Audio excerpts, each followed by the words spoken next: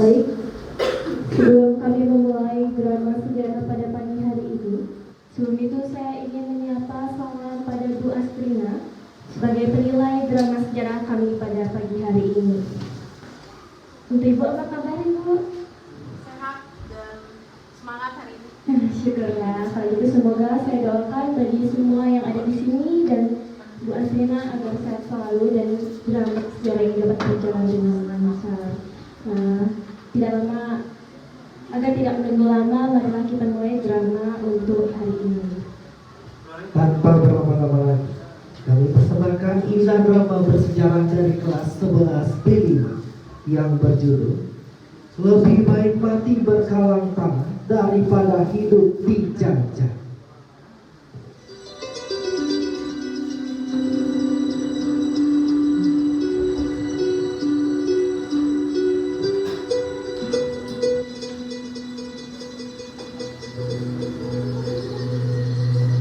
Assalamualaikum, permisi Kek. Waalaikumsalam, sebentar ya.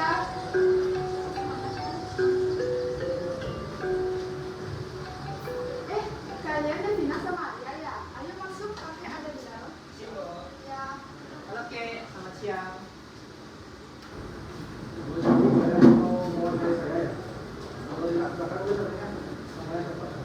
Perkenalkan, nama saya Dina dan ini teman saya Anda. Sebelumnya terima kasih kakek udah mengenal.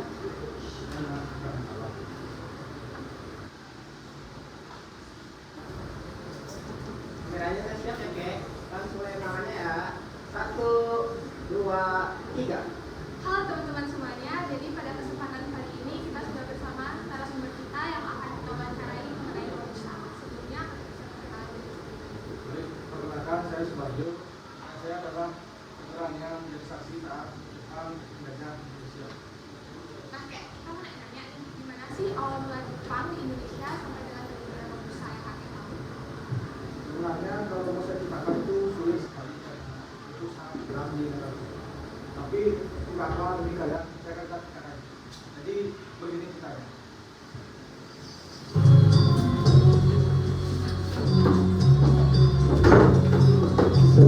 Januari 1942 merupakan kali pertama Jepang mendarat di Indonesia, tepatnya di Tarakan, Kalimantan Timur.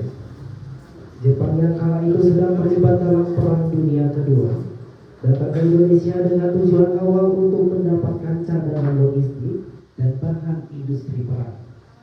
Dengan kedatangan Jepang ke Indonesia menjadi awal kerjasama antara pihak Jepang dengan sang penguasa yaitu Belanda.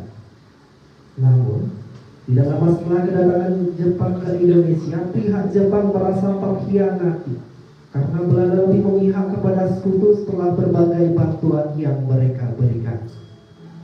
Karena merasa tidak terima dengan hal tersebut, Jepang mulai merebut seluruh kekuasaan Belanda yang ada di Indonesia termasuk Batavia.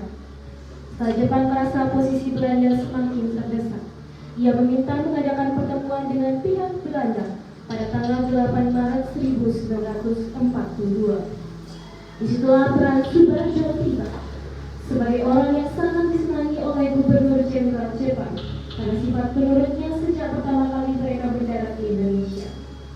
Subarjo yang hanya seorang anak tunggal dari janda yang telah ditinggal lama oleh suaminya.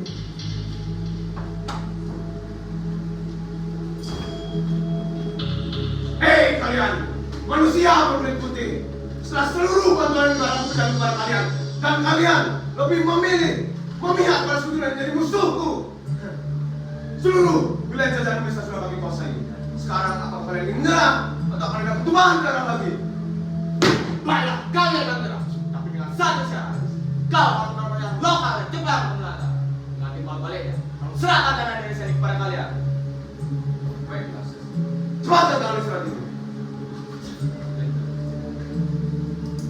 Saya Sanjang. Tepat saat itu juga, pihak Belanda menyerah tanpa syarat dengan menandatangani sebuah surat perjanjian Kalijati. Subarjo, cepat berikan seluruh yang saya lakukan. Akhirnya, negeri ini dan seluruh isinya jatuh di tanganku.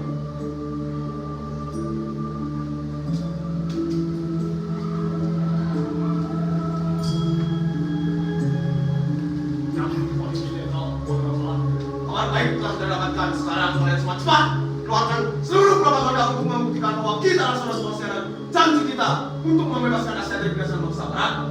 Dan beritahu juga kepada pribumi bodoh itu bahwa kita telah menang dari penjajahan Belanda. Saudara, atas tujuan apa Anda melakukan propaganda seperti ini? Mendengarlah. Wah, iya bagus Tuhan. Cepat jalankan tugas saya. Siap, laksanakan.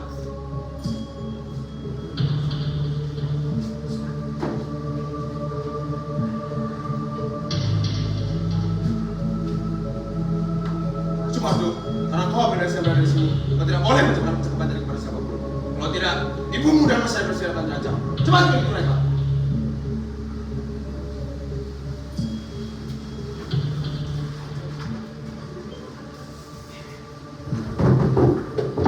Subarjo harus patuh mengikuti perkataan Gubernur Jenderal Jepang untuk menyebarkan beritanya. Mereka pun pergi untuk menemui para pribumi di pasar. Sesampainya di pasar, terlihat banyak kerumunan warga yang sedang melakukan aktivitas perdagangan dengan damai.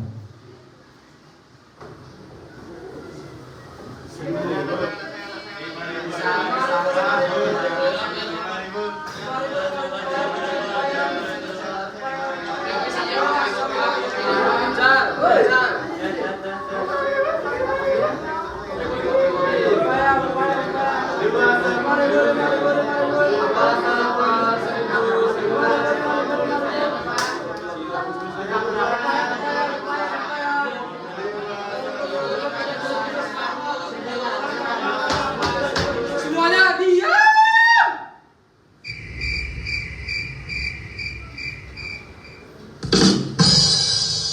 Hei, bangun kalian semua! Bangun!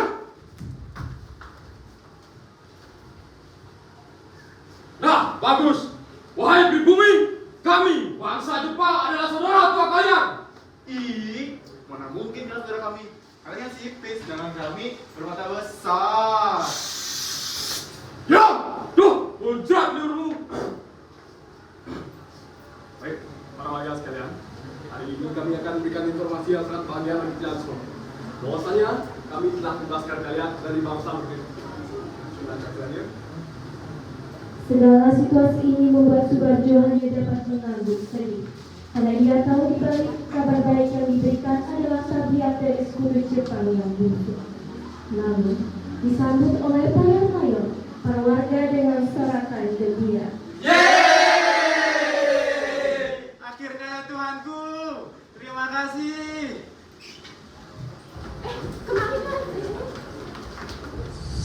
Mari kemari sini ketemu kang di leher banting-banting ting-ting anak gading. Mari kemari sini ketemu kang di leher banting-banting ting-ting anak banting-banting gading. Wow, siap. Iya, makasih. Jadi gini.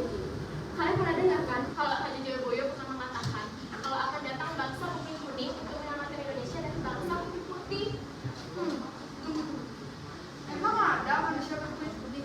Itu pasti karena kebanyakan makan wortel. Jangan, gimana sih? Gini nih kalau otaknya di tanah, pasti kan pernah dengar berita. Itu loh berita dari Jepang. Oh iya bener juga ya. Iya aku seneng banget dengar beritanya. Ya semoga aja mereka itu nggak seperti bangsa-bangsa lain sih, yang selalu aja menyiksa kita. Bener-bener. Udah yuk kembali bekerja yuk. Iya.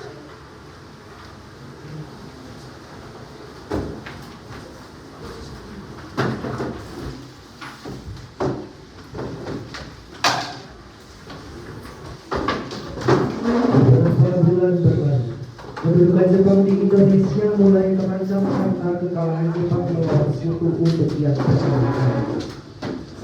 Dengan kekalahan Jepang tersebut, sekutu pun mulai menginvasi negara-negara yang diduduki oleh Jepang termasuk Indonesia.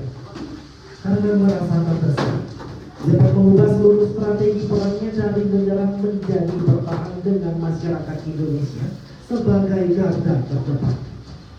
Pada awalnya, Jepang memiliki suatu organisasi yang bernama Perang dan kemudian dipimpin oleh 4 serangga. Namun, tidak lama kemudian organisasi ini dibubarkan karena para pemimpinnya yang tidak bersedia untuk membantu Jepang dan lebih memilih memperjuangkan kemerdekaan.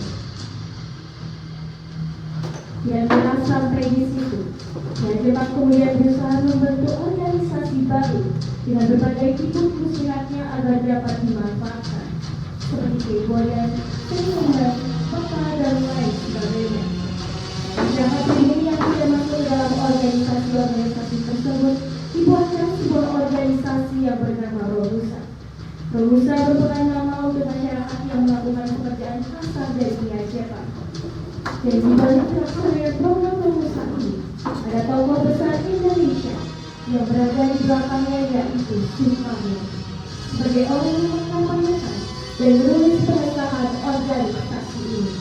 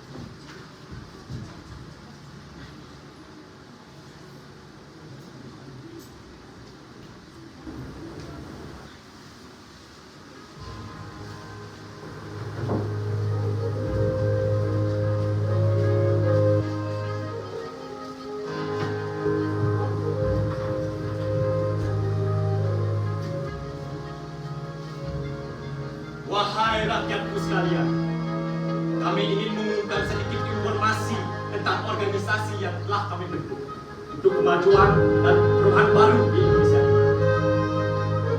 Karena kalian tidak termasuk ke dalam organisasi Semen dan Peta dan lainnya, jadi kami mengambil kebijakan agar semuanya masuk organisasi Rumosa. Terutama untuk kalian yang berumur 14 tahun sampai 45 tahun. Wahai kalian semua, kita membentuk organisasi Robusa dan kalian wajib untuk mengikutinya. Inilah bentuk strategi kita untuk perlawanan masyarakat kita, dan kita akan membangun berbagai infrastruktur untuk mudah melawan korupsi yang ada. Untuk itu baju.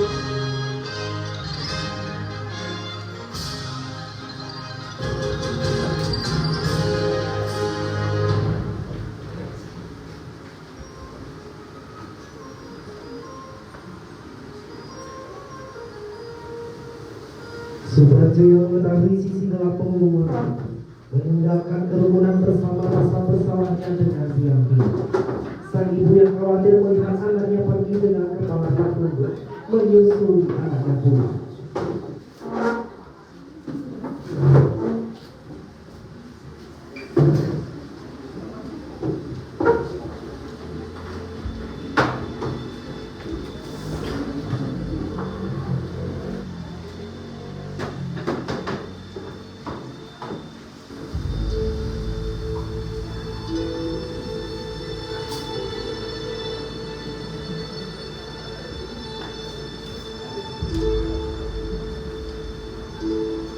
Subarjo, kenapa kamu terlihat gelisah, Nak? Aku adalah seorang pendosa. Nak, kenapa kamu menangis? Ceritakan padaku, apakah terjadi sesuatu pada Jepangan itu? Aku mendengar semuanya, Ibu. Aku mendengar percakapan dari gubernur Jepang dan Raja Jenderal Belanda. Mereka sama-sama licik. Bagaimana mungkin, Nak? Kamu tidak mungkin seperti itu. Jepang memiliki niat yang sama seperti Belanda. Dia juga ingin memperbudak dan merampas seluruh kekayaan Belanda. Dengan saya takut. Aku takut warga pribumi disakiti.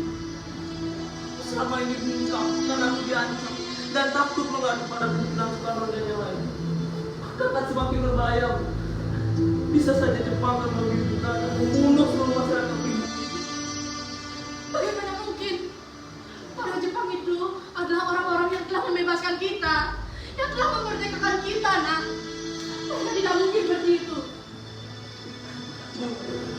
Apa pernah aku berbohong padamu? Aku mengatakan apa yang aku dengar dan apa yang aku lihat.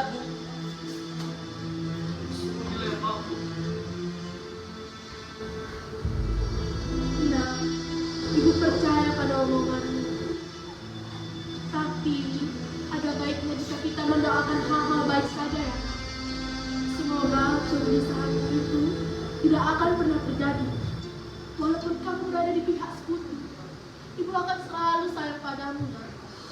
Tetaplah menjadi subadra yang berkenalan.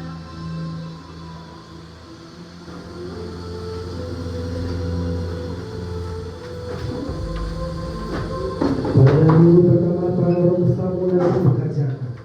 Mereka diberi tugas untuk membuat jalur rel kereta api sakit dan pihak Jepang yang sangat berbaik hati kepada para pekerja robusta. Mereka diperlakukan layak seperti pekerja yang sangat istimewa. Mereka diberi makan dan minum yang layak, waktu istirahat yang cukup agar mereka tidak merasa kelelahan. Dan tidak lupa juga dengan upah yang telah dijanjikan. Namun, hal tersebut hanya permulaan manis pihak Jepang untuk fakta yang pahit akan tiba. Tepat pada minggu kedua, mereka mulai diperlakukan secara berbeda. Mereka mulai bekerja dari pagi sampai pagi selanjutnya tanpa diberi makan dan minum serta istirahat yang cukup. Dan hari demi hari, pekerja demi pekerja mulai jatuh satu persatu karena rasa lelahnya dan bahkan tidak sedikit yang jatuh sakit secara tiba-tiba. Namun, tetap dipaksa bekerja. Lelah dan menderita menjadi satu-satunya yang mereka rasakan tiap harinya. Ternyata ini adalah sifat asli dari pihak Jepang. Mereka memperlakukan pekerja robusta seperti budak. Tidak bisa makan dan minum yang layak. Tidak diberikan istirahat dan disuruh kerja untuk melakukan perjalanan cepat dan berdosa. Kalau kita disuruh nyepuluh, ya benar-benar tidak dari hari pertama. Tentang ini sebelas kereta tidak ada bedanya dengan paksa barat. Aku tidak menyangka bahwa mereka akan kita milik kepada kita. Aku mengira mereka adalah orang yang baik. Bukan benar apa yang aku bilang. Mereka semua bajingan. Mereka ingin memakai kita semua. Hei, siapa yang menyuruh kalian gosip di sini? Cepat, lakukan kerjaan kalian. Hei kalian tidak akan sengsara. Lakukan pekerjaan yang baik. Patuh dan kalian akan selamat. Kerja. Hei, jika kami patuh kepada kalian, kami menjadi sengsara. Dasar dewa rakus. Jaga mulut cepat kerja.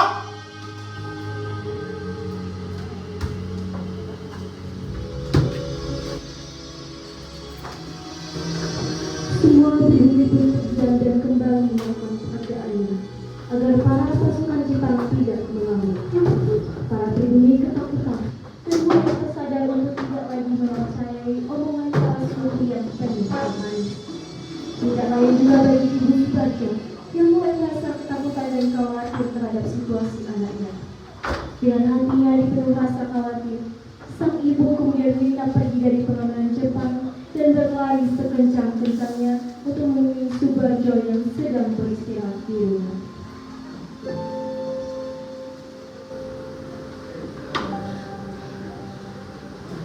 Subarjo, kamu di mana, Nak?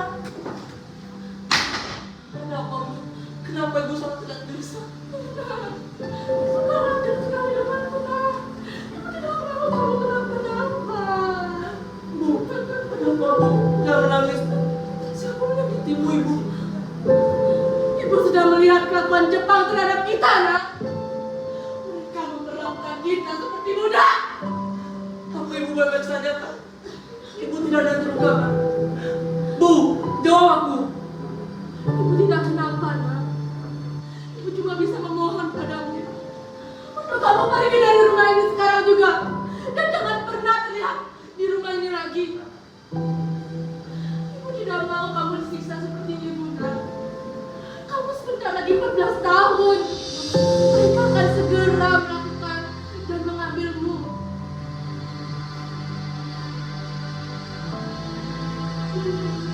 Kamu pergi.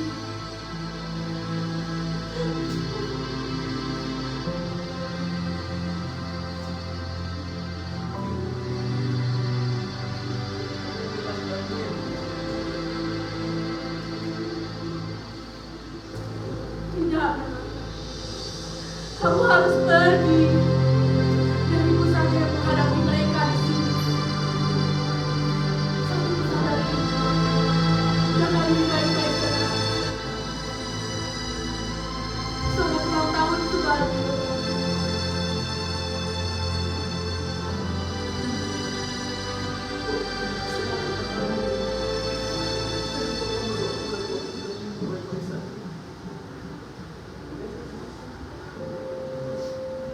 Mencari segala cara dari Subarjo. Aku pergi. Hati-hati, Nak. Tidak lama setelah kejadian itu, seperti yang dipikirkan oleh Ibu Subarjo, pihak Jepang pun datang ke rumah mereka untuk menanyakan keberadaan Subarjo. Namun, sebelum datangnya pihak Jepang, Ibu Subarjo berusaha melindungi anaknya dengan menyiapkan sebuah mayat untuk menjalankan siasatnya kepada Jepang.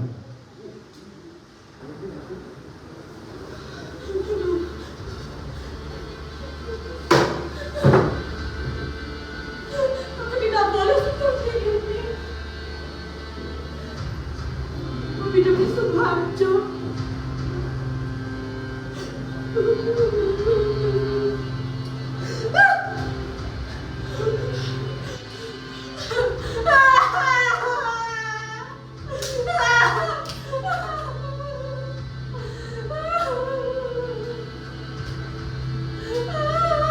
Hei Nona Cantik, di mana anak sayangan kita? Dan mengapa kau manggil di sini? Hei, di mana anakmu? Hari ini dia tepat 14 tahun. Nah, jangan seperti perkataanmu Sari. Kalian keji, kalian jahat. Bukankah Subarjo anak kesayangan kalian? Saking sayangnya Subarjo pada kalian, dia sampai tidak mau membantu ibu lagi. Maksudmu apa? Kami tidak melakukan apapun kepada anak sayangan kami. Lihat, aku sudah membunuh anakku dengan tanganku sendiri. Aku dia tidak mau membantu ibu. Dia sungguh membuatku marah. Hei, apa yang kau lakukan? Kau gila? Tunggu sebentar. Kau pikir aku percaya dengan permainan burukmu ini, wanita bodoh? Mayat ini bukan Subarjo. Cepat katakan mana Subarjo. Hei, cepat katakan. Aku sudah ketahuan. Iya, aku memang sudah berbohong. Kalian semua boleh menyiksaku, tapi jangan anakku. Kalian akan segera mendapatkan karmanya. Diam! Jangan bicara lagi! Mat!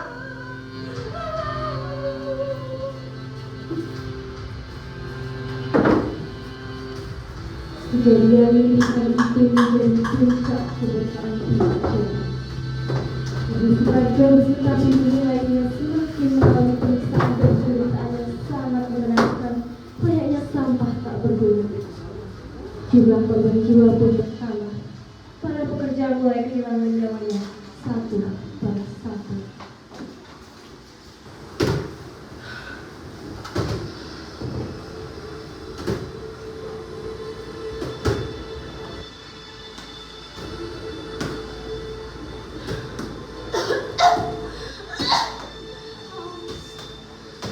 Hei! Kenapa kalian jangan pegang apa ini kepada kami semua? Kami semua melawan pada kalian! Wah! Banyak omong kau sendiri! Cepat! Cepat!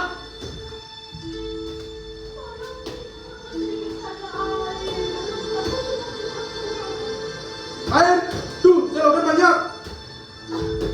Kalian jahat. Mati. Haha, matilah. Kami tak peduli. Kau juga anak muka kemana? Kami tak memerlukan lagi. Allah! Mati ya tinggal mati gitu aja susah! Mati.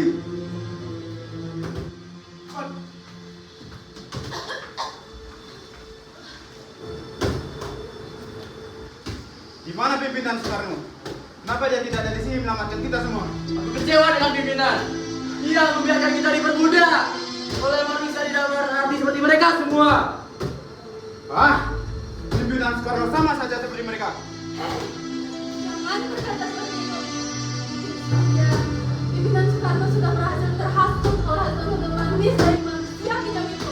Jika begitu, di mana dia?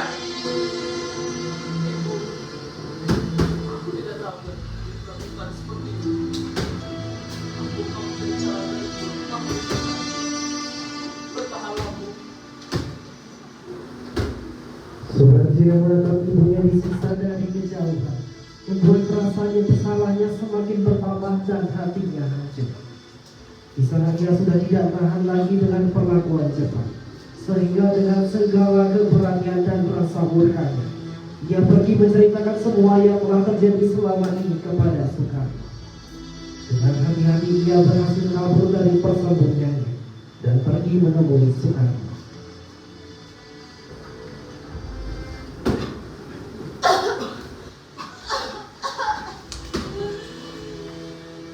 Siapa penolong kami?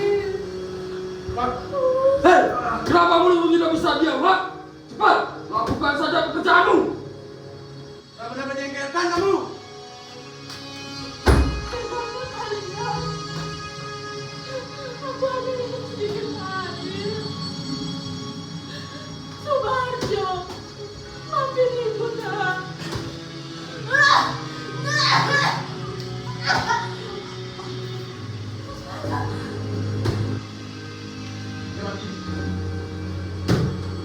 Kalian, lihat ini.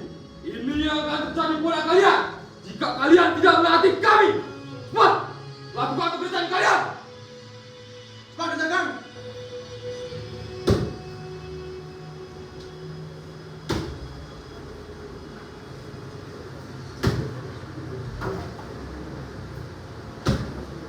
Hah?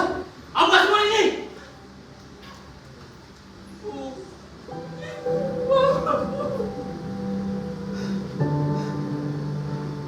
Kau lihat itu, banyak sekali wargamu yang telah kehilangan nyawa karena mengikuti Romus. Itu ibuku. Kamu kemana saja selama ini? Lihat wargamu. Lihat bagaimana mereka menyiksa kita semua. Benar-benar kecewa. Kenapa pimpinan harus membiarkan adanya Romusa ini?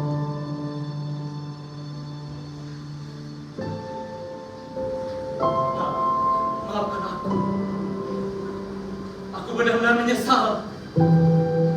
Aku tidak menyangka semuanya akan terjadi. Aku sangat tidak pantaskan kali ini. Nah, aku akan menimbulkan semasa ini. Bertemu sama aku.